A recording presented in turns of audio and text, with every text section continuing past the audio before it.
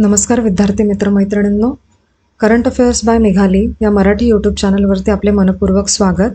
इथे आपण daily current अफेअर्सचे important 12 questions पाहतो, जे तुम्हाला आपल्या येणाऱ्या MPSCच्या सर्व एक्झाम्समध्ये, सरळ सेवांमध्ये आणि सर्व केंद्रीय परीक्षांमध्ये नक्कीच पाहायला मिळतील. त्यामुळे आपल्या चॅनलवरती जर तुम्ही पहिल्यांदा आले असाल तर चॅनलला आपल्या लाईक करा, जास्तीत जास्त विद्यार्थ्यांना आपला चॅनल शेअर करा, जेणेकरून सर्व विद्यार्थ्यांना या चॅनलचा उपयोग होईल. आणि सबस्क्राईब करायला विसरू नका. सगळ्यात महत्त्वाचा पार्ट की लेक्चर शेवटपर्यंत पहा आणि स्वतःच्या शॉर्ट का होईनात तुम्ही नोट्स काढण्याचा प्रयत्न करा, जेणेकरून एक्झाम काळामध्ये तुम्हाला या डेटाचा उपयोग होऊ शकेल व्यवस्थित. तर पाहूयात आजच्या म्हणजे 21 फेब्रुवारी 2026च्या चालू घडामोडी. प्रश्न पहिला, मोहम्मद नाबी यांनी T20 वर्ल्ड कपमध्ये कोणता विक्रम केला आहे? ठीक आहे, तर याचे योग्य उत्तर आहे पर्याय क्रमांक सी. सर्वात जास्त वयात एकाच डावात 4 विकेट त्यांनी घेतल्या, हा विक्रम त्यांनी केला. त्याचे महत्त्वाचे पॉइंट्स पहा. T20 वर्ल्ड कप इतिहासातील एका डावामध्ये 4 विकेट्स घेणारे सर्वात ज्येष्ठ खेळाडू ते ठरले आणि अफगाणिस्तानने प्रथम फलंदाजी करत 200 धावा या दरम्यान केल्या होत्या आणि हा सामना चेन्नई येथील MA चिदंबरम स्टेडियम येथे खेळला गेला. ठीक आहे, पुढील प्रश्न दुसरा, 62व्या म्युनिक सुरक्षा परिषदेचे अध्यक्ष कोण होते? तर या प्रश्नाचे योग्य उत्तर आहे पर्याय क्रमांक बी. वोल्फगांग इशिंगर हे अध्यक्ष आहेत त्याचे. याचे महत्त्वाचे पॉइंट्स पहा. 62वी म्युनिक सुरक्षा परिषद 13 ते 15 फेब्रुवारी 2026 दरम्यान आयोजित करण्यात आली. ही परिषद जर्मनीतील म्युनिक शहरात पार पडली आणि म्युनिक सुरक्षा परिषद ही परिषद आंतरराष्ट्रीय सुरक्षा धोरणांशी संबंधित आहे. पुढील प्रश्न तिसरा, ॲनाबेला सदरलँडला बेलिंडा क्लार्क पदक किती वेळा सलग तिने जिंकलेले आहे असा प्रश्न आहे. तर या प्रश्नाचे योग्य उत्तर आहे पर्याय क्रमांक बी. 2दा तिने जिंकलेलं आहे हे पदक. महत्त्वाचे पॉइंट्स पहा. ॲनाबेला सदरलँडला 2025-26 साठी बेलिंडा क्लार्क पदक प्रदान करण्यात आले आणि तिने 77 मते मिळवून बेथ मुनी 74 मते हिला पराभूत केले आणि तिला हा पुरस्कार सिडनी क्रिकेट ग्राउंड येथे प्रदान करण्यात आला आणि सलग दुसऱ्यांदा देखील हा अवॉर्ड तिला मिळालेला आहे, हे लक्षात ठेवा. प्रश्न चौथा, भारतातील पहिली खाजगी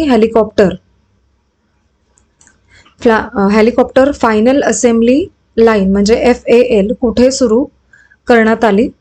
तर या प्रश्नाचे योग्य उत्तर आहे पर्याय क्रमांक बी. वेमगल कर्नाटक येथे. महत्त्वाचे पॉइंट्स पाहायचे. ही सुविधा Tata advance system limited TASL यांच्या मालकीची आहे. येथे एअरबस H125 हेलिकॉप्टर आणि त्याचे लष्करी प्रकार H-25M तयार केले जातील आणि पहिले made in India H-125 helicopter 2027च्या सुरुवातीला वितरित होणार आहे. ही योजना मेक इन इंडिया उपक्रमाअंतर्गत संरक्षण आणि विमान निर्मिती क्षेत्राला चालना देणारी आहे. पुढील प्रश्न पाचवा, 2026-27 साठी institute of chartered accountant of India चे अध्यक्ष म्हणून कोणाची निवड केली गेली आहे? तर या प्रश्नाचे योग्य उत्तर आहे पर्याय क्रमांक बी. CA प्रसन्न कुमार डी यांची. याचे महत्त्वाचे पॉइंट्स पहा.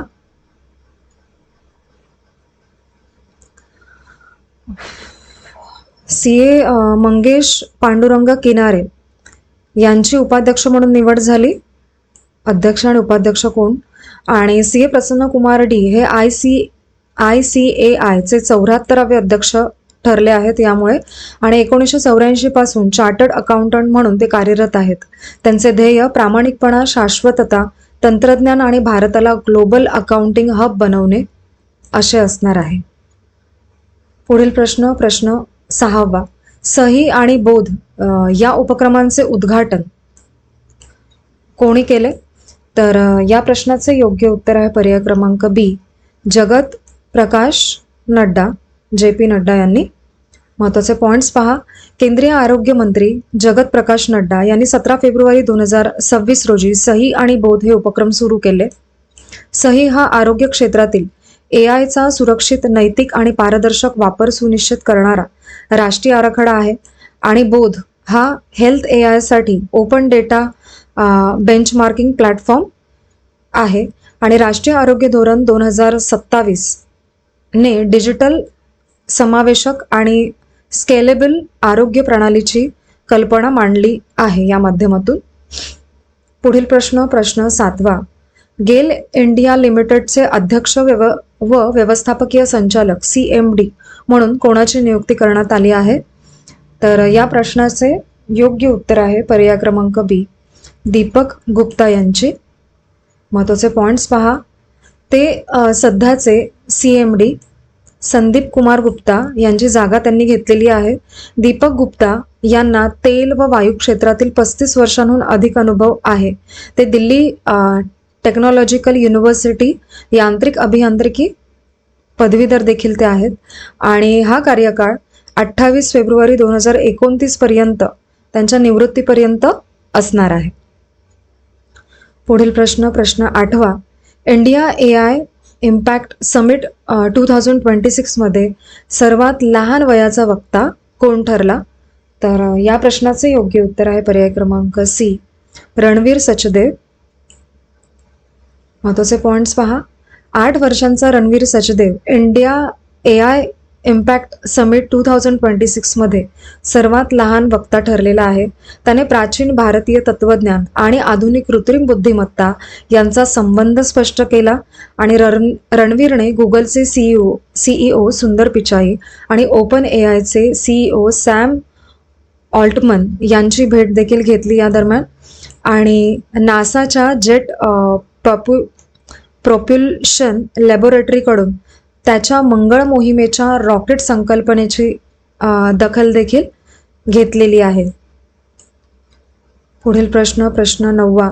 भारताने कोणत्या देशासोबत संरक्षण उत्पादन सहकार्य दृढ करण्याची पुन्हा पुष्टी केली आहे?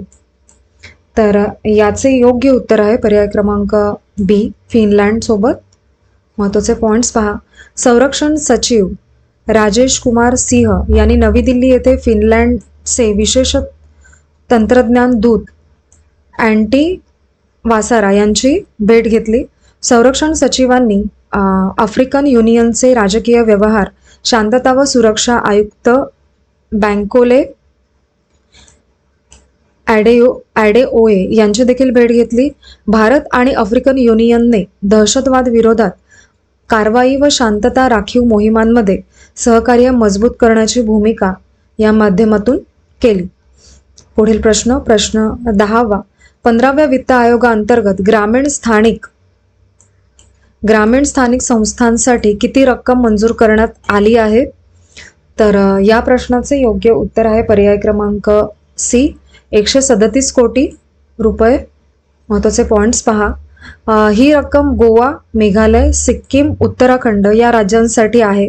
युनायटेड ग्रँट्सचा उपयोग संविधानाच्या 11व्या अनुसूचीतील 29 विषयांतर्गत स्थानिक गरजांसाठी केली जाईल. आणि 15व्या वित्त आयोगाबद्दल जाणून घ्या थोडंफार. 15व्या वित्त आयोगाची स्थापना नोव्हेंबर 2017ला झाली होती आणि त्याचे अध्यक्ष NK सिंग हे आहेत. राज्यांना कर महसुलातील 41% हिस्सा देण्याची शिफारस यामध्ये करण्यात आलेली आहे आणि स्थानिक स्वराज्य संस्था, आरोग्य क्षेत्र आणि आपत्ती व्यवस्थापनासाठी विशेष अनुदान देण्याची शिफारस देखील यामध्ये आहे. पुढील प्रश्न 11वा. गाझासाठी 1.2 अब्ज अमेरिकन डॉलर्स अतिरिक्त मदतीची घोषणा कोणत्या देशाने केली? तर याचे योग्य उत्तर आहे पर्याय क्रमांक डी, संयुक्त अरब अमिरात UAE ने. महत्त्वाचे पॉईंट्स पहा.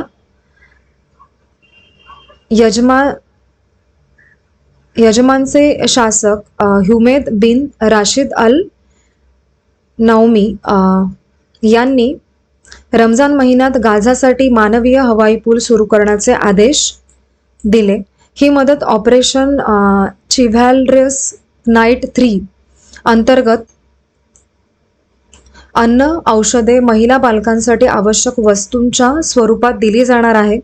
आणि युनायटेड अरब अमिरात्स ने वॉशिंग्टन येथे झालेल्या बोर्ड ऑफ पीसच्या बैठकीमध्ये गाझासाठी अतिरिक्त 1.2 अब्ज डॉलरची मदत जाहीर केलेली आहे. पुढील प्रश्न 12वा आणि आपला आजच्या लेक्चरमधला शेवटचा प्रश्न. 6वी राष्ट्रीय राफ्टिंग स्पर्धा द अल्टिमेट रिव्हर बॅटल कुठे आयोजित करण्यात आली? तर याचे योग्य उत्तर आहे पर्याय क्रमांक सी, शिबनोट डोडा येथे. हे जम्मू काश्मीरमध्ये आहे. तर महत्त्वाचे पॉईंट्स पहा. ही स्पर्धा चिनाब नदीवरती होत असून ती कठीण प्रवाहांसाठी प्रसिद्ध आहे. आणि याचा उद्देश काय आहे तर देशभरातील उत्कृष्ट राफ्टिंग खेळाडूंना एक व्यासपीठ देणं आणि ॲडव्हेंचर पर्यटनाला चालना देणं हा त्यामागचा उद्देश आहे. आणि हा 4 दिवसांचा राष्ट्रीय स्तरीय आहे. क्रीडा उपक्रम जम्मू काश्मीरमधील पर्यटन विभाग आणि डोडा जिल्हा प्रशासन यांच्या संयुक्त विद्यमाने आयोजित केला गेला आहे. ठीक आहे. तर आजचे आपले 21 फेब्रुवारी 2026चे डेली करंट अफेअर्स पाहून झालेले आहेत. मला एकच म्हणायचं की लेक्चर प्लीज शेवटपर्यंत पाहत चला. ठीक आहे. आणि आजचे लेक्चर तुम्ही शेवटपर्यंत पाहिलेत त्याबद्दल थँक्यू सो मच.